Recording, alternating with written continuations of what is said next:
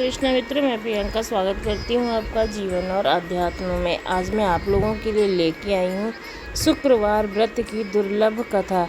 प्रेम से बोलिए संतोषी माता की जय। एक बुढ़िया थी, उसके 7 बेटे थे। 6 कमाने वाले थे जबकि एक निकम्मा था। बुढ़िया 6 बेटों की रसोई बनाती, भोजन कराती और उनसे जो कुछ जूठन बचता वह 7वें को दे देती। एक दिन वह पत्नी से बोला, देखो मेरी माँ को मुझ पर कितना प्रेम है। वह बोली, क्यों नहीं, सबका जूठा जो तुमको खिलाती है। वह बोला, ऐसा नहीं हो सकता है, मैं जब तक आंखों से ना देख लूँ नहीं मानूंगा। बहू हंसकर बोली, देख लोगे तब तो मानोगे। कुछ दिन बाद त्यौहार आया। घर में 7 प्रकार के भोजन और चूरमे के लड्डू बने। वह जांचने को सिर दुखने का बहाना करके पतला वस्त्र सिर पर ओढ़ करके रसोई में सो गया। वह कपड़े में से सब कुछ देखता रहा। 6 भाई भोजन करने आए।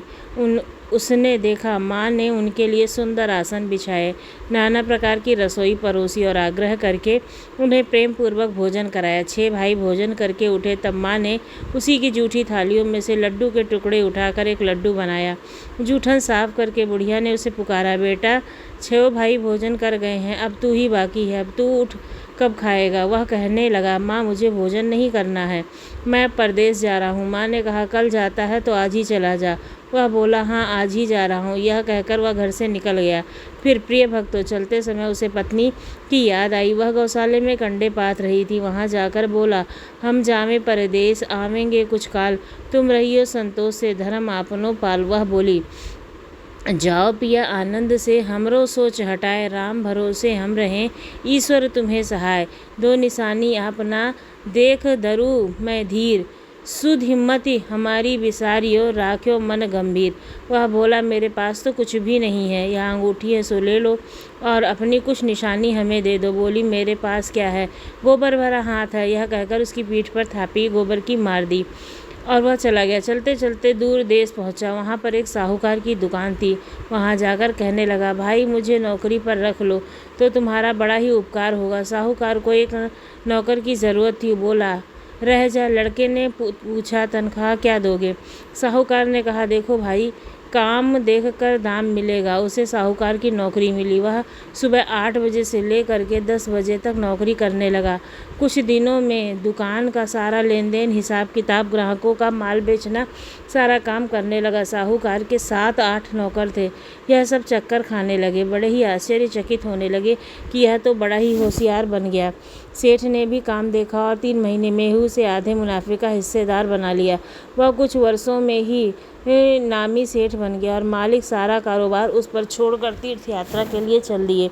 इधर उसकी पत्नी को ससुर दुख देती, सारे गृहस्थ का काम भी कराने लगी। उसे लकड़ियाँ लेने जंगल भेजती। इस बीच घर के आटे से जो भूसी निकलती उसकी रोटी बनाकर रख दी जाती और फूटे नारियल के नारे में पानी उसे चोकर की रोटी खाने को मिलती और नारियल के नरेले में पानी। एक दिन वह लकड़ी लेने जा रही थी। रास्ते में बहुत सी स्त्रियां संतोषी माता का व्रत करती दिखाई दी।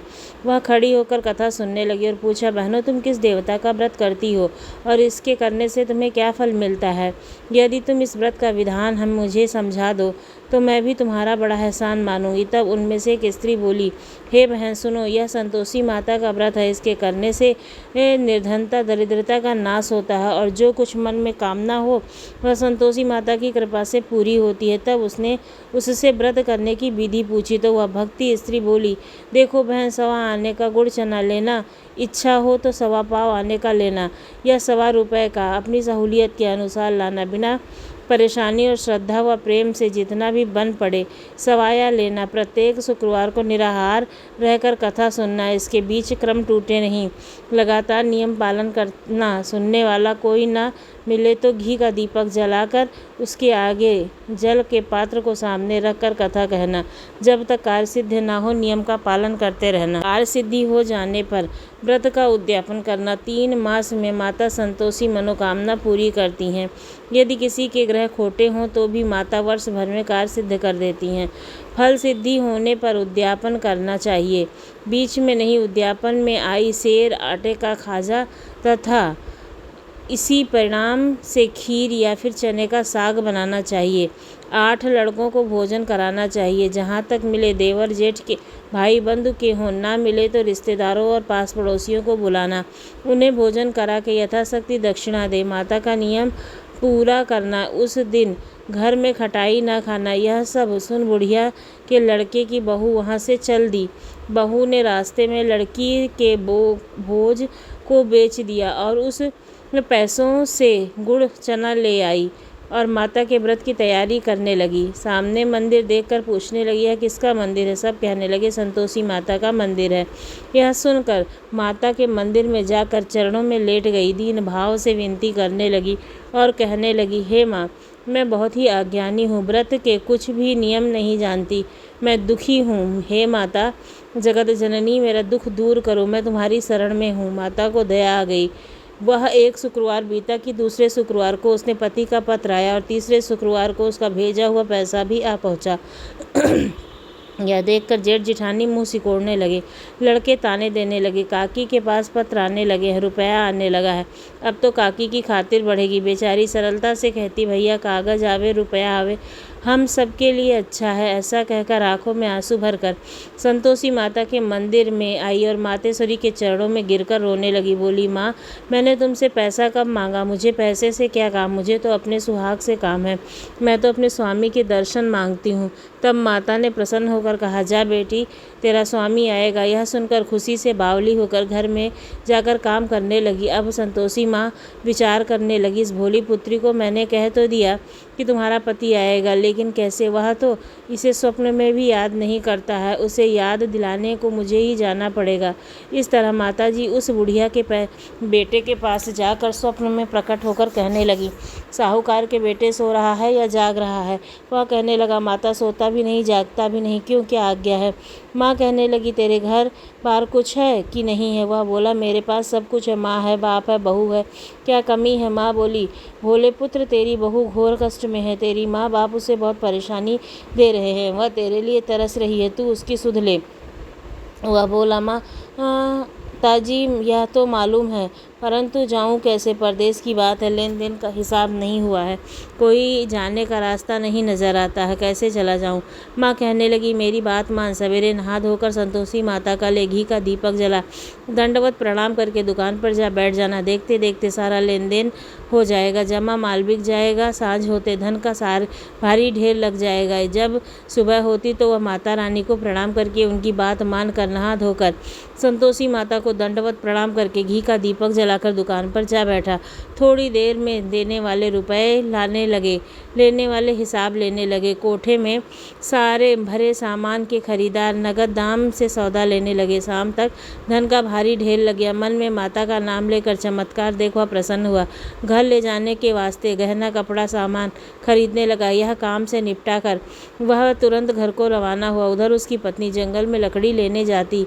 लौटते वक्त माता जी के मंदिर में विश्राम करती। वह तो उसके प्रतिदिन दुकान का जो स्थान ठहरा, उधर धूल उड़ती देखकर वह माता से पूछने लगी, हे माता, यह धूल कैसे उड़ रही है? माता कहती है, पुत्री, तेरे पति घोड़े पर बैठकर आ रहे हैं। अब तू ऐसा कर, लकड़ियों के 3 बोझ बना ले, एक नदी के किनारे रख, दूसरा मेरे मंदिर के पास और तीसरा अपने सिर पर। तेरे पति को लकड़ियों का गट्ठा देखकर मोह पैदा होगा, वह रुकेगा, नाश्ता पानी बना खा पी कर माँ से मिलने जाएगा। अब तू लकड़ियों का बोझ उठाकर जाना और चौके के गट्ठर पर डालकर जोर से आवाज़ लगाना, लो सासू जी, लकड़ी का गट्ठा लो, चोकर की रोटी दो, नारियल के कपड़े में पानी दो, आज मेहमान कौन आया है? माता जी से बहुत अच्छा कहकर वह प्रसन्न मन से लकड़ियों के 3 गट्ठर बनाई, एक नदी के किनारे पर और एक माताजी के मंदिर पर रखा, तीसरा अपने सर पर उठाकर अपने घर की तरफ चल पड़ी।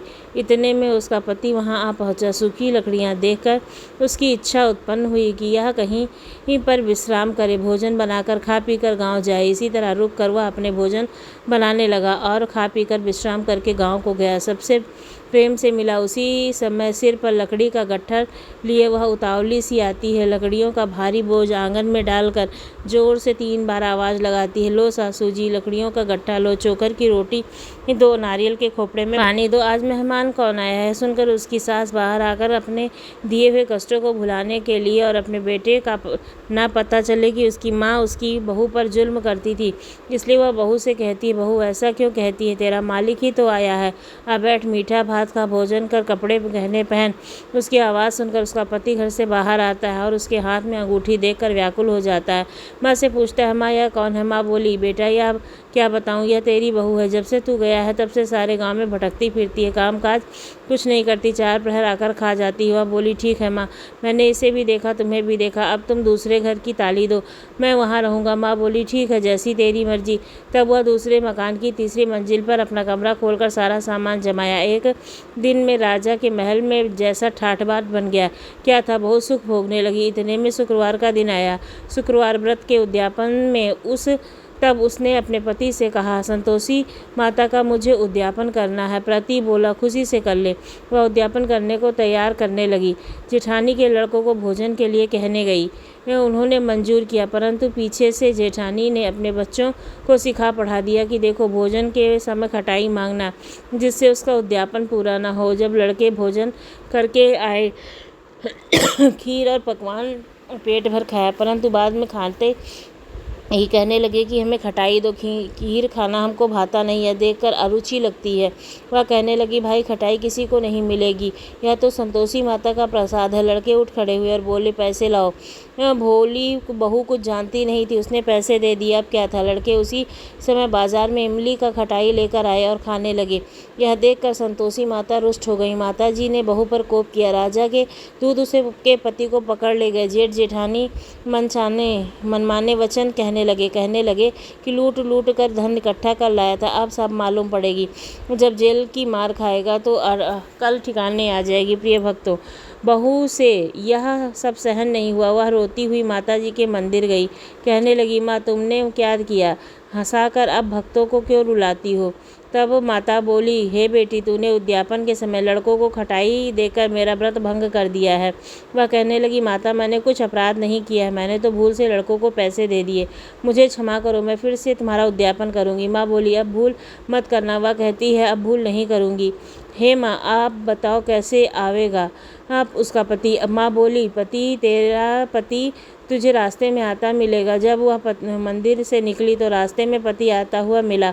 वह उससे पूछी, कहाँ गए थे। वह कहने लगा, इतना धन जो कमा कर लाया हूँ, राजा ने टैक्स मांगा है, वह भरने गया था। वह प्रसन्न होकर बोली, भला हुआ, अब घर चलो। कुछ दिन बाद फिर शुक्रवार आया। वह बोली, हे पतिदेव, मुझे फिर से माता का उद्यापन करना है। पति ने कहा, कर लो। बहू फिर से जेठ के लड़कों को भोजन करने के लिए कहने गई। जेठानी ने 1-2 बातें सुनाई और सब लड़कों को सिखाने लगी कि तुम सब लोग पहले ही खटाई मांगना। लड़के भोजन से पहले ही कहने लगे, चाची हमें खीर नहीं खानी, हमारा जी बिगड़ता है, कुछ खटाई खाने को दे दो। वह बोली, खटाई किसी को नहीं मिली, आना है तो आओ। वह ब्राह्मण के लड़के लाकर भोजन करा लेगी। प्रिय भक्तों, उसने ब्राह्मणों के लड़के को बुलाकर भोजन कराया, यथाशक्ति दक्षिणा दी, जगह एक एक फल उन्हें दिया और संतोषी माता प्रसन्न हुई। माता की कृपा होते ही 9वें महीने उसके चंद्रमा के समान सुंदर पुत्र पैदा हुआ। पुत्र को पाकर प्रतिदिन माता जी के मंदिर में जाने लगी। माँ ने सोचा कि यह रोज आती, आज क्यों न इसके घर चलूं। वह विचार करके माता ने भयंकर रूप बनाया। गुड़ चने से सना हुआ मुख, ऊपर सूंड के समान होठ, उस पर मक्खी भिनभिनाती रही। दहलीज पर पैर रखते ही उसकी सास चिल्लाई, देख रहे, कोई चुड़ैल डाकिनी आ गई है, लड़के इसे भगाओ, नहीं तो किसी को खा जाएगी। लड़के भगाने लगे, चिल्ला कर खिड़कियां बंद करने लगे। बहू रोशनदान से सब देख रही थी और प्रसन्नता से पगली होकर चिल्लाने लगी, आज मेरी माता जी मेरे घर आई हैं। वह बच्चे को दूध पीने से हटा दिया और इसके इतने में सास का कोप फूट पड़ा। वह बोली, क्या उतावली होती, बच्चे को पटक दिया। इतने में माँ के प्रताप से लड़के ही लड़के नजर आने लगे। वह बोली, सासू माँ, मैं जिनका व्रत करती हूँ यही संतोषी माता हैं। सब ने माता जी को दंडवत चरण स्पर्श किया, विनती करने लगे, हे माता, हम मूर्ख अज्ञानी हैं, तुम्हारे व्रत की विधि नहीं जानते हैं। व्रत भंग कर हमने बड़ा अपराध किया है। जग माता, आप हमारा अपराध क्षमा करो। इस प्रकार माता प्रसन्न हुई। हे संतोषी माता, बहू को प्रसन्न हो जैसा फल दिया वैसा ही माता सबको देना। इस कथा कहानी के कहने और सुनने हुंकारा भरते ही सभी की मनोकामनाएं पूर्ण होती। प्रेम से बोलो संतोषी माता की जय।